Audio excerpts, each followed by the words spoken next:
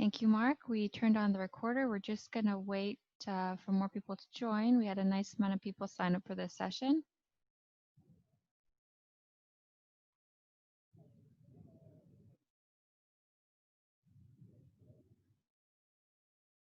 One of the legacies of COVID-19 will be the impact it has on people attending face-to-face conferences.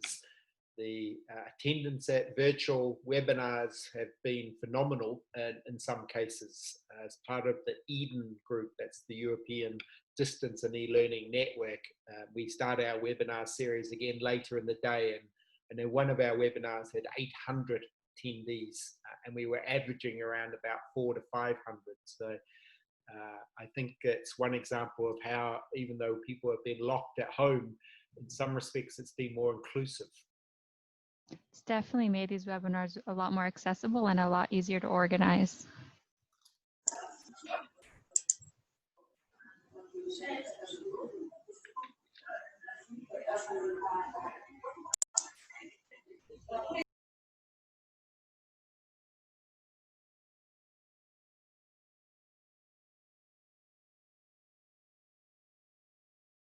Now, looking at someone having just removed their mask, that's the one good thing that we don't have to do. We can participate at least in a workshop of this kind and do that in the safety of our homes. We at DCU, our semester starts in 2 weeks, and it's still going to be very much a challenge to have much of a campus experience, and staff who do go to campus will be required, even in buildings, to be wearing masks.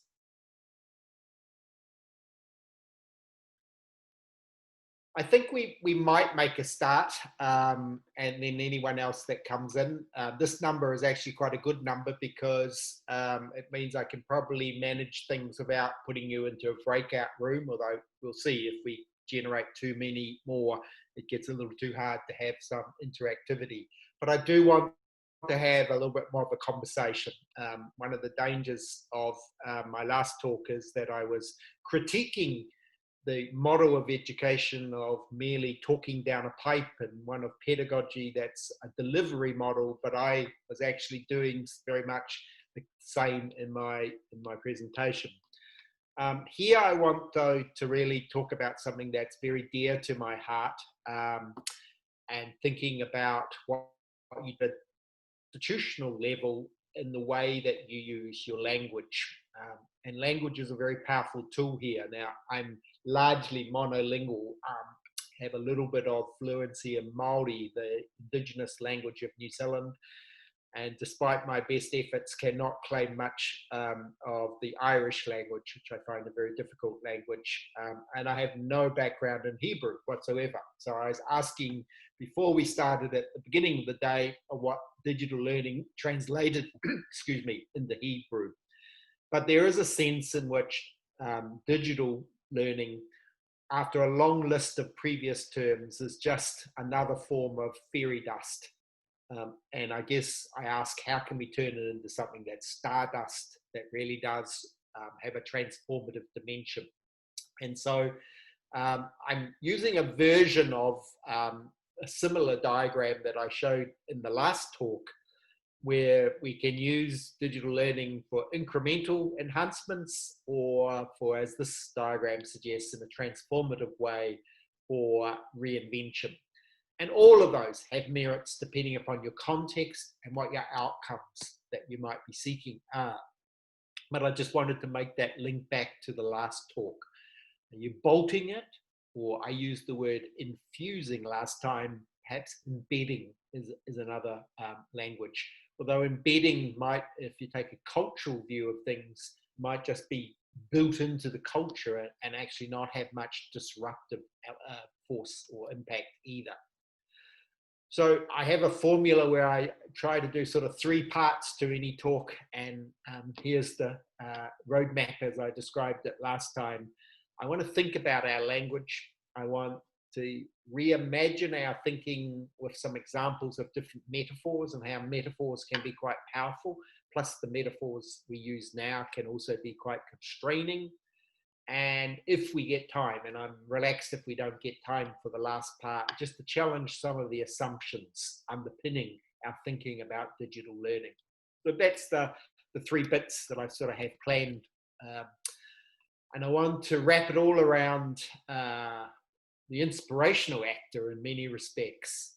Someone you could argue, if you go right back to Dead Poets Society as a film, that captured a very, very inspirational and transformative understanding of education. But here, Robin Williams once said, no matter what people will tell you, words and ideas can change the world. And so I firmly believe that this language that we choose to adopt, whether it be digital learning or something else, can both enable and also inhibit our thinking. This is, in some respects, a rhetorical question. I'm not going to hand the mic over quite at this point, but you might want to respond if you wish in the chat box as to whether your university, your institution currently has a clear definition of digital learning, which tends to be the term that's being used in more recent times. You may have definitions for other terms, so feel free to share anything you have, as I say, in the chat box.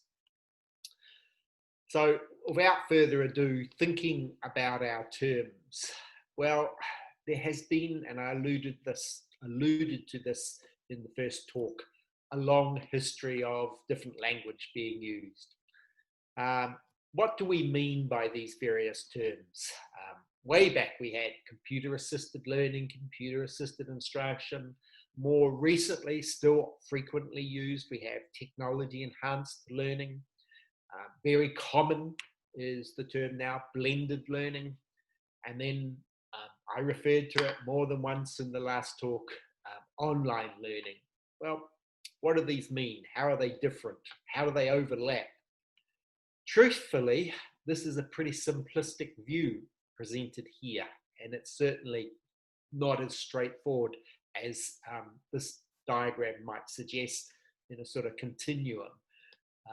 And in fact, unfortunately, in many respects, there is no agreement in the literature whatsoever.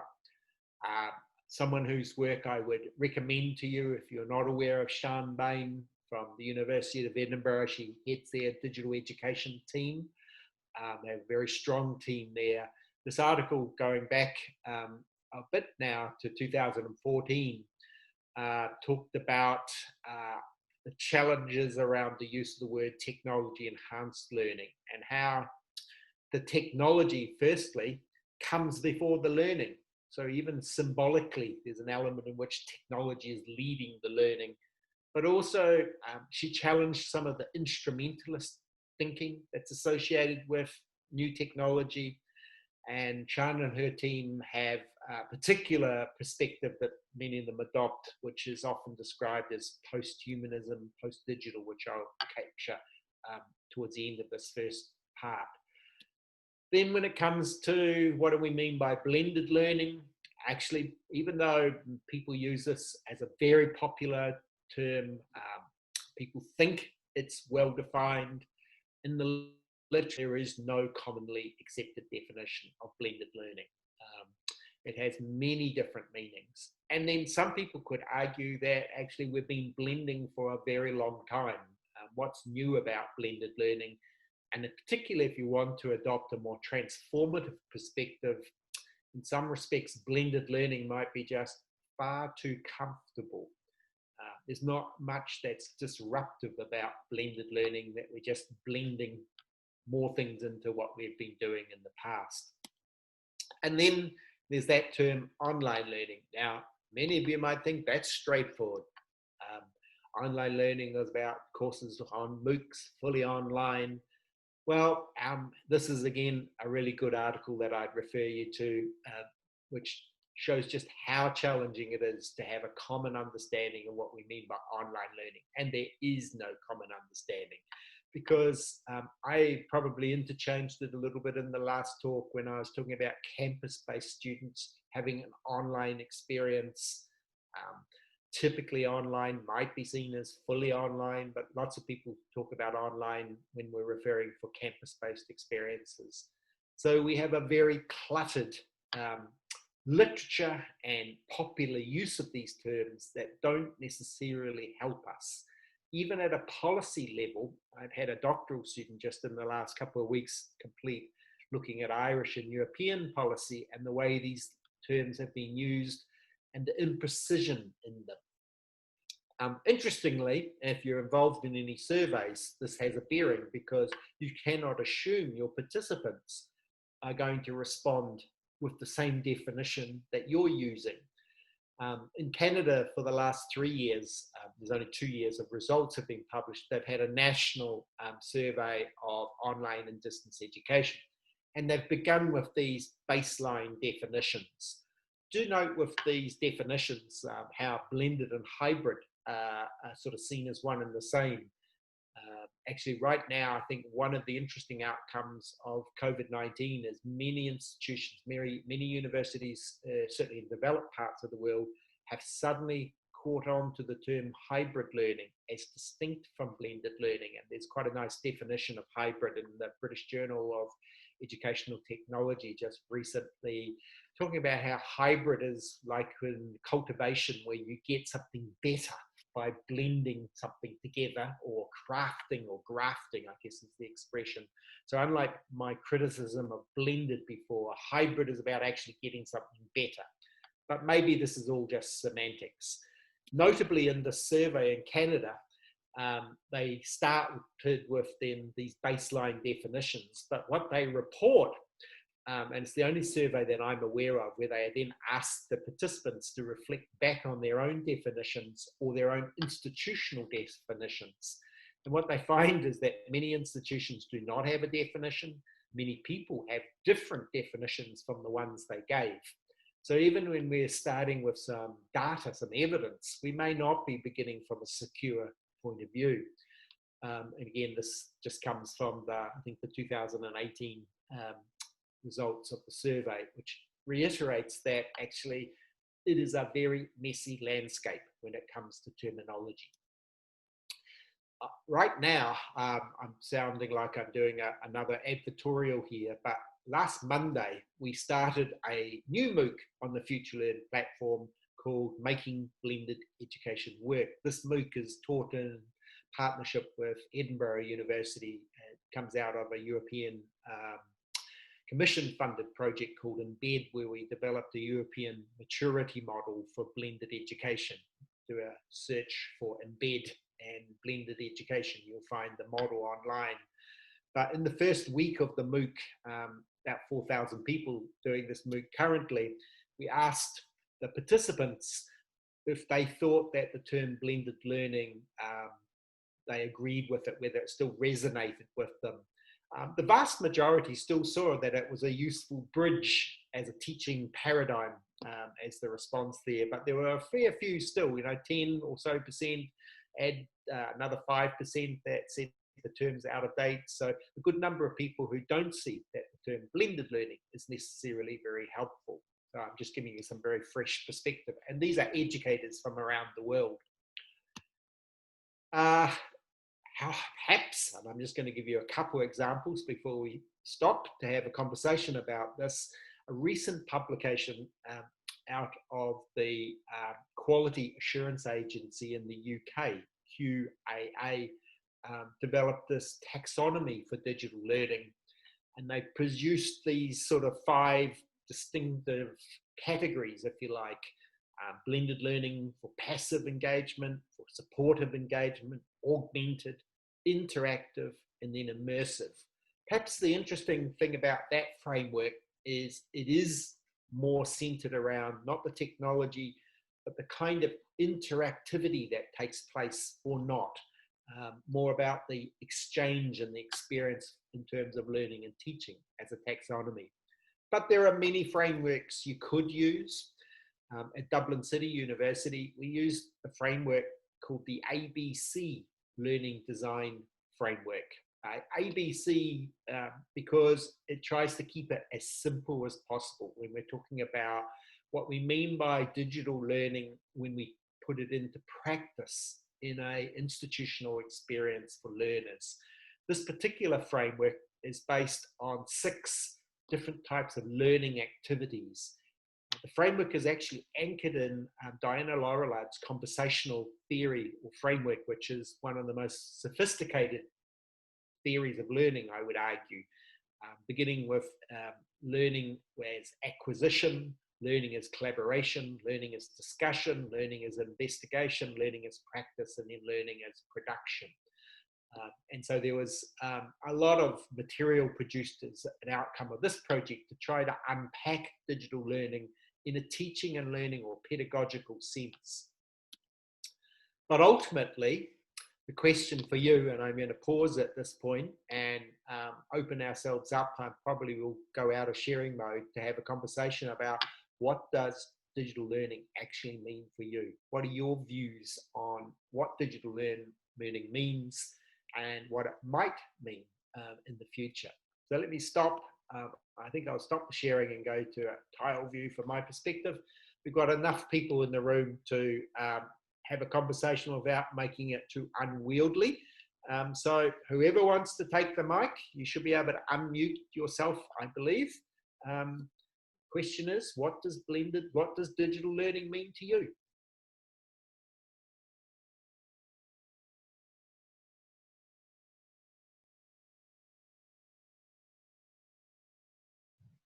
While everyone takes a minute to think, I will just add that as part of our new project and funding on digital learning, every institute is required to define its own institutional definition for digital learning. So this is part of the reason why we've asked you to speak about this, and it's something that they're thinking about as we speak. So it'd be interesting to hear also what the progress in the institution is as of now and so far. And I know someone will take the mic if I just wait here long enough. So that's what I'm going to do.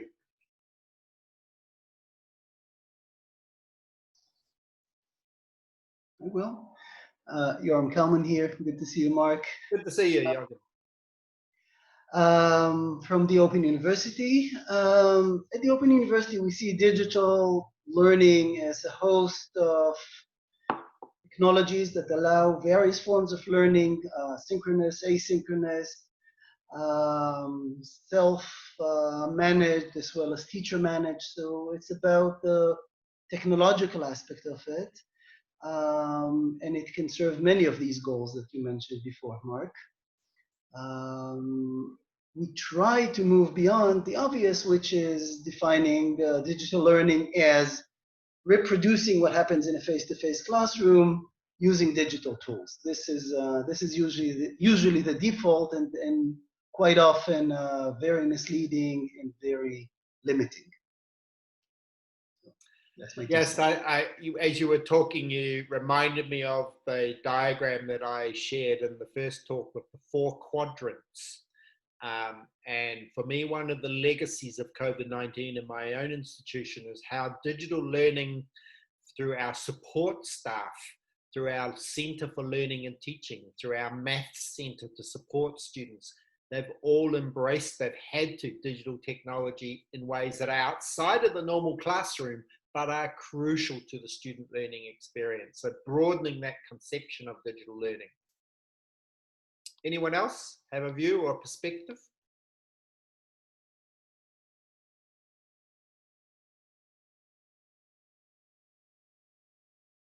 Being asked to define a definition of blended learning is going to be quite a challenge, I think. In my follow-up talk about leadership, I will be sharing an example of how we did that at DCU. I almost put it in this session because I think how you go about coming up with your definition is just as important as the definition you come up with. In fact, I don't even like the idea of a definition. That sounds too precise. The way you frame digital learning, and I'm going to give you some examples in a second.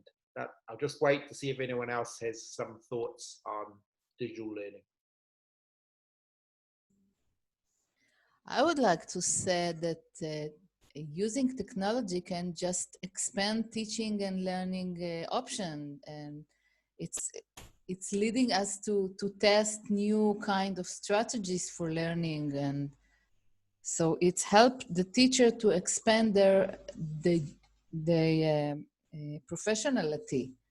I think that's the most important part, doing teaching, but in many other ways. Perhaps the difference between even 5 years ago is that we now have so many more choices as a teacher, as an instructor, in how we draw on different technologies, different pedagogies. And that brings to mind, I know this is dear to at least one person's heart, the importance of more intentional designs for learning.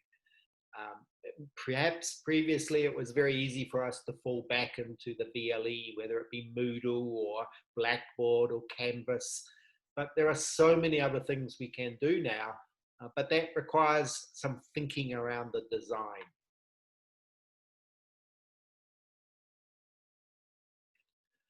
I'm going to continue.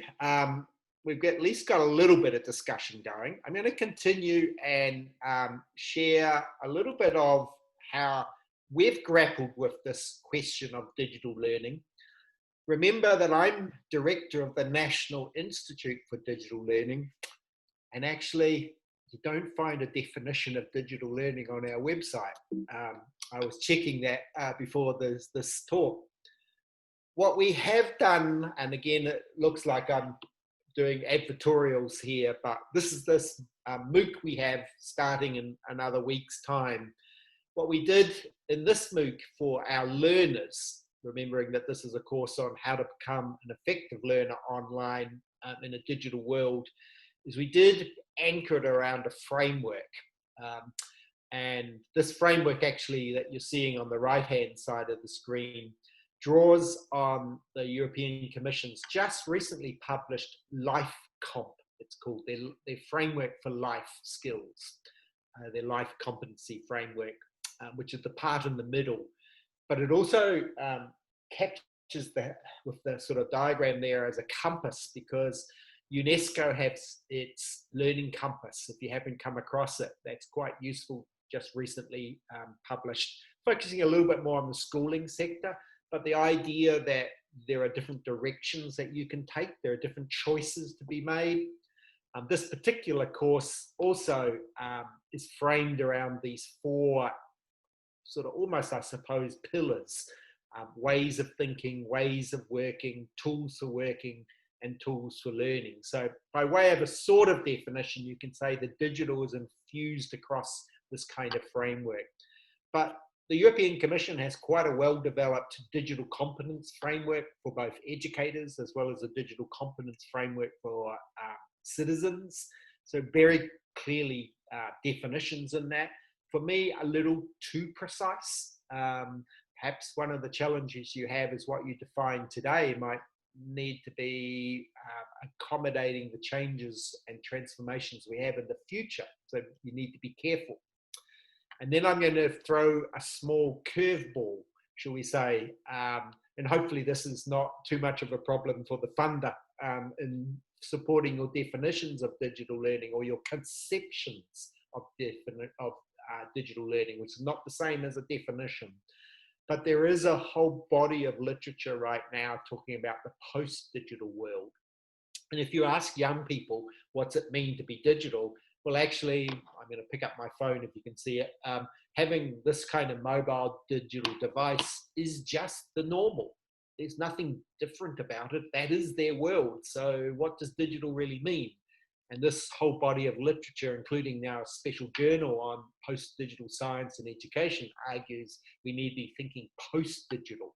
So as I said, that's a little curveball for those having developed your definitions. Okay, what I want to do is just give you a couple of examples of how, though, at an institutional level, we've grappled with this challenge of the language we use. And in many respects, it's about changing your mindset more than anything. So reimagining your metaphors. When I first arrived at Dublin City University, the university has a long history of distance education. We are a place-based university. But for 35 years, the Centre for Distance Education was first established over 35 years ago at Dublin City University, and we've continued to deliver online distance education courses. When I first arrived from New Zealand, these courses were known as OSCIL. OSCIL is the Irish word for open learning. The problem is they were really struggling for numerous reasons, in part because distance education under the pack and post model, pack it up and post it off, had changed radically. So perhaps the unit had not changed with the digital transformations taking place to society in the same way. So we needed to have a term that we could use to describe our online offerings that distinguished them. And of course, we could have just come up with the term, as many universities do. We could have said DCU Online. Well, we didn't do that. And the reason we didn't do that is because you would never talk about DCU face-to-face, because that's just a mode of delivery.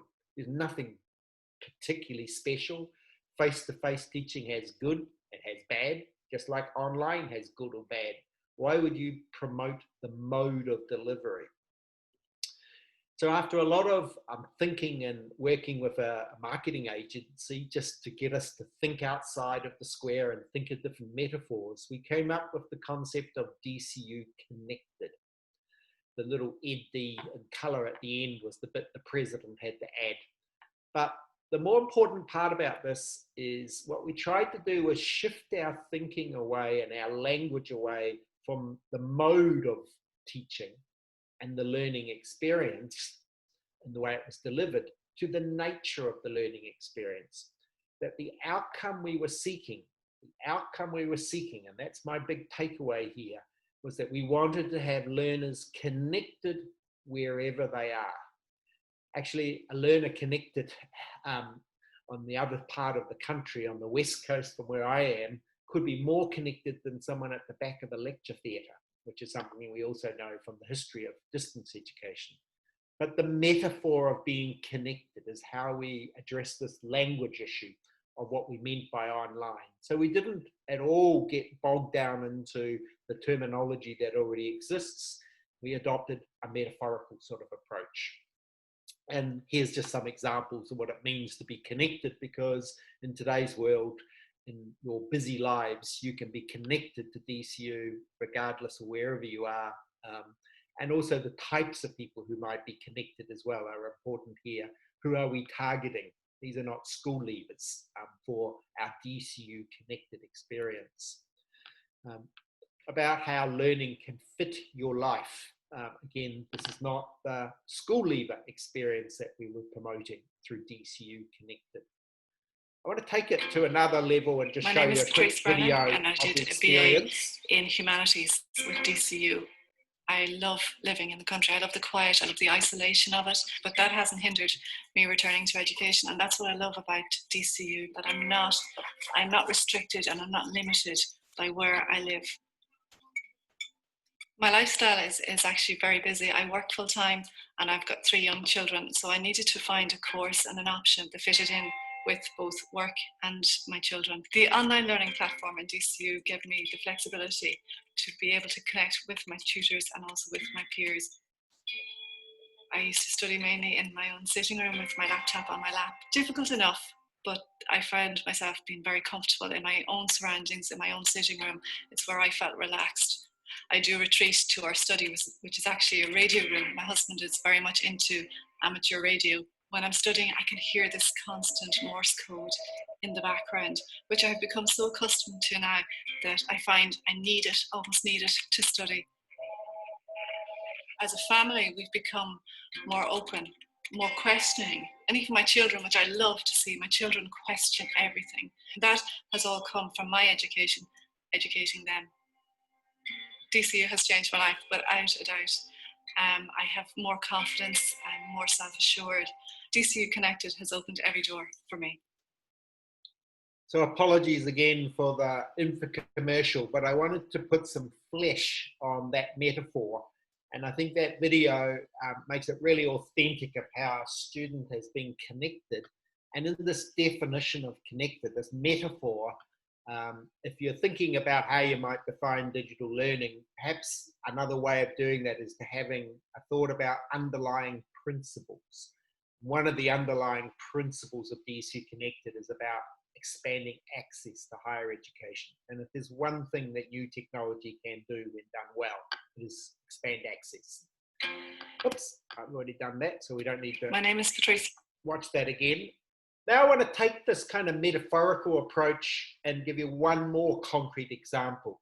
When I first arrived at DCU, we were using Moodle, and many institutions use Moodle in Ireland. My previous institution used Moodle as well, but it was called Moodle when I arrived at DCU. That wasn't what it was called in my last institution. I might refer to that later. So why would we call the platform we're going to use the core platform, at the core of our digital learning experience, after the name, its proprietary's name, effectively, the name of the platform? In Blackboard's case, I would suggest that would bring completely the wrong metaphor. Of course, you could put your own institutional name on it, but typically that usually said DCU Moodle or something of that kind. What we did, again, following the same thinking with Connected, is we came up with the thinking of what our platform would be. And in the end, we call it Loop. Loop actually is really perhaps better described as the name of our digital learning ecology. Even that thinking of ecology, that loop. So we chose the word loop because we wanted to have students as part of the loop, a loop of learners. But we also wanted to have a loop of technologies. Yes, Moodle was at the core of our technology platform or of our ecology, but we also wanted to embrace the opportunity that students could bring their own technologies and still be part of the loop. So at DCU, we've been perhaps almost too successful with this. Everyone just talks about loop when it comes to the digital learning experience. I'm in the loop. And we want our new students starting out shortly to be in the loop as soon as we can get them. Here's again another little example of loop. I'm going to show you a video, but also an example of how we changed the language to the outcome that we were seeking. So we were seeking to have people in the loop and use that terminology. Part of the loop is a e-portfolio. Actually, we have about 14,000 of our students routinely using an e-portfolio. But why would we call it an e-portfolio? Because that's just the name of the platform. In our case, we call it Reflect, Loop Reflect, because the outcome we want is students to reflect on their learning. We also call it a learning portfolio, not an e-portfolio. So this is, again, just to give you an argument from our end for how the language has made really big difference. Here's the video about what it means to be in Loop.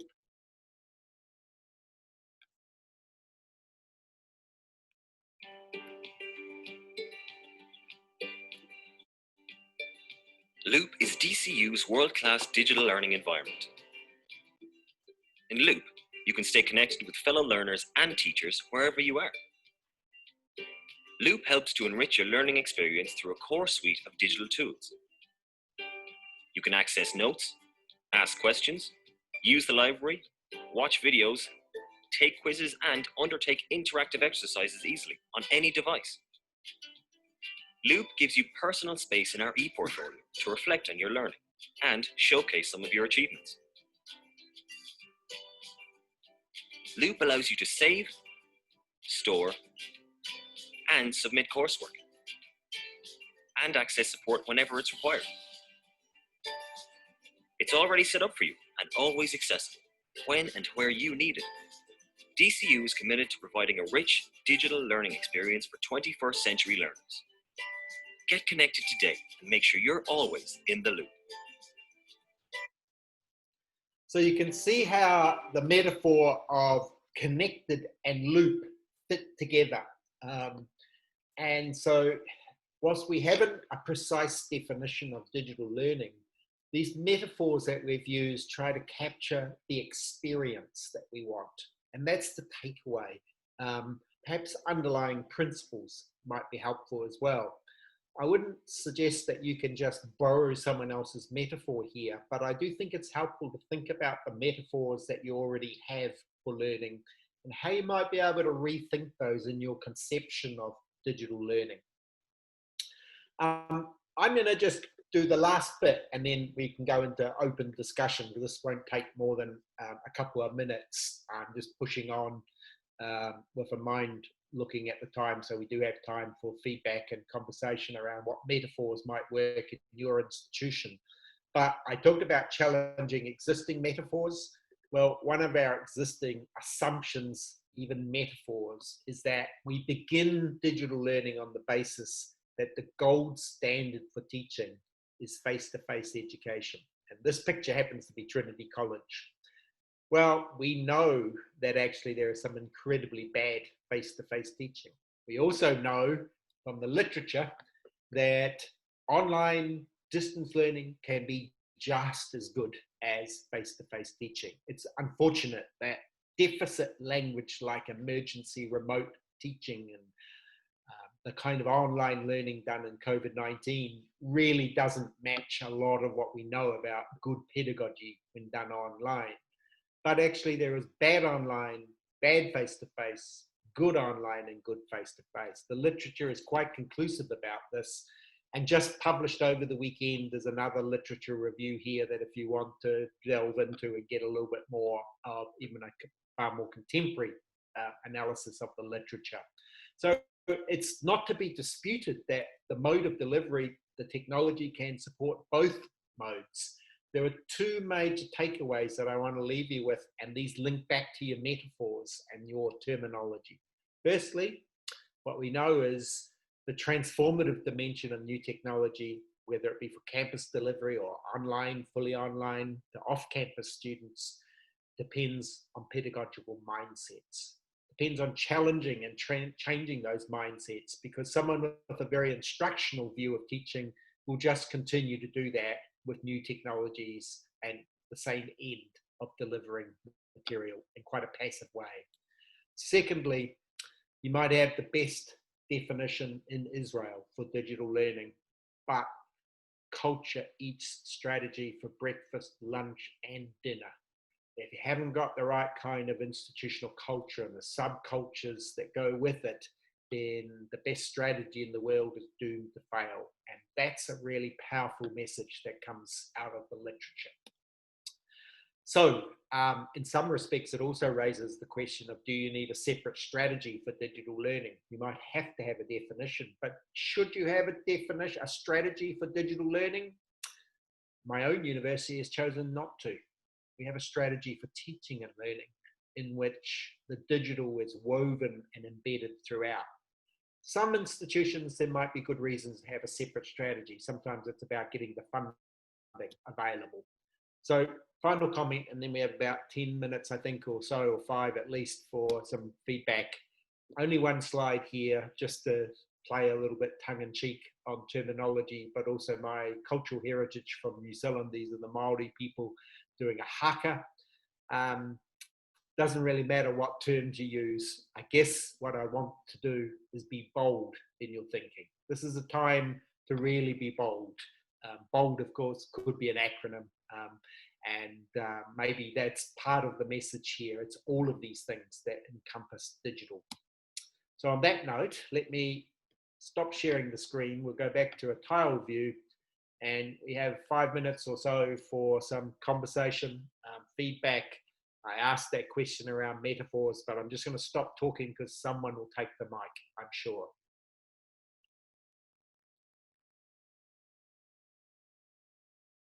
Reaction, comments? Well, let me tell you what we did in our university. I'm coming from Ben Gurion University in the southern part of Israel, Beersheba. And we had a survey. We had 5,000 students out of 20,000 who responded to the survey. We did it together with the Department of Education at the university, some professors from that department. And quite conclusively, the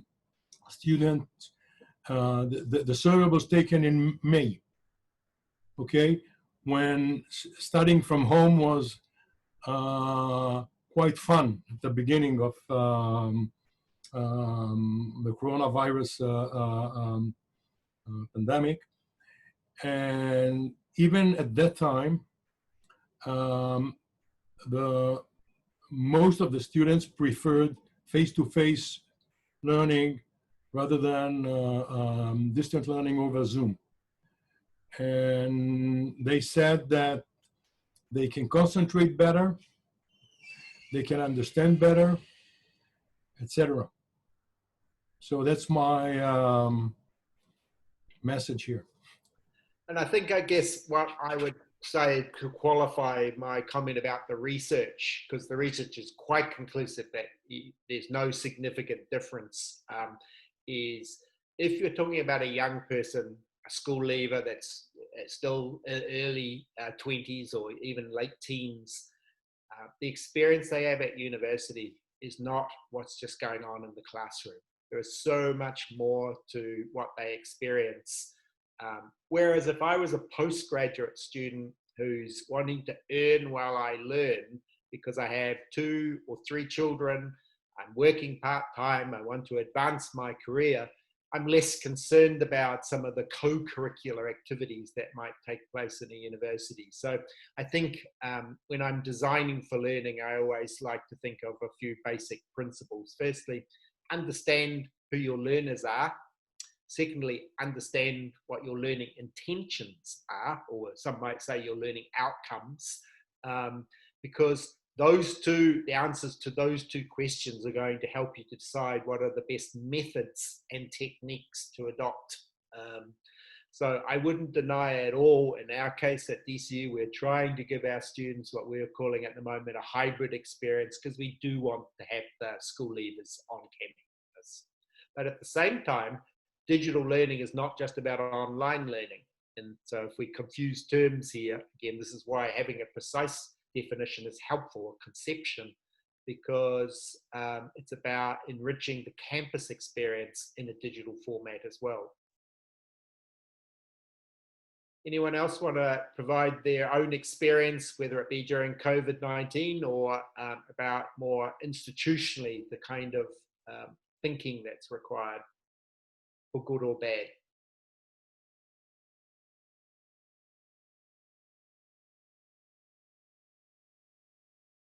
So we got another survey that was done. We similarly have done surveys, and there's quite a large survey that Pearson has done around the globe. And what we have found is that, again, the experience depends very much on how people have designed the learning and the extent in which there is a balance between synchronous and asynchronous experiences. But for those of you who are largely campus-based universities, place-based universities, when we get past COVID-19, the DCU experience may be something to take in that, for us, we still consider that a campus-based student needs to be an effective online learner. When they leave the university, their life and their continued professional development, a large part of that is going to take place online. That's the new world we live in. For corporates, that's actually a very cost-effective way of providing training and professional development, perhaps even more so for universities. I think there's a major problem with the universities, as you heard, is that they changed one form of synchronic learning, which is face-to-face, to another form of synchronic learning, which is Zoom. And the problem is not only Zoom, which is a problem. You know, you have Zoom fatigue, and it's because learning was so disrupted. It's not regular online learning as you talk about, you know, at university, that students choose to work that way. Students who choose to work that way have infrastructure which fits that kind of learning. For example, in my college, many students did not have a place to learn, infrastructure or internet infrastructure. So the problem is not the online environment, but the home setting, the way we teach. It's so complicated, and it's not, you know, so those surveys, I'm not sure they answer about what is good online learning. It's what was learning like during the COVID virus in that specific institution. Very, very helpful comment. And I think I'll come back to that. It's almost a metaphor, design. So there are designs. Design is about conscious decisions. If I am critical, self-critical about this session, I was balancing the fact that people are coming to a session wanting to learn something from someone, but at the same time, I could have designed for a lot more interactivity. I could have gone to breakouts and put you into rooms of just 3 or 4 people, and you would have talked amongst yourself.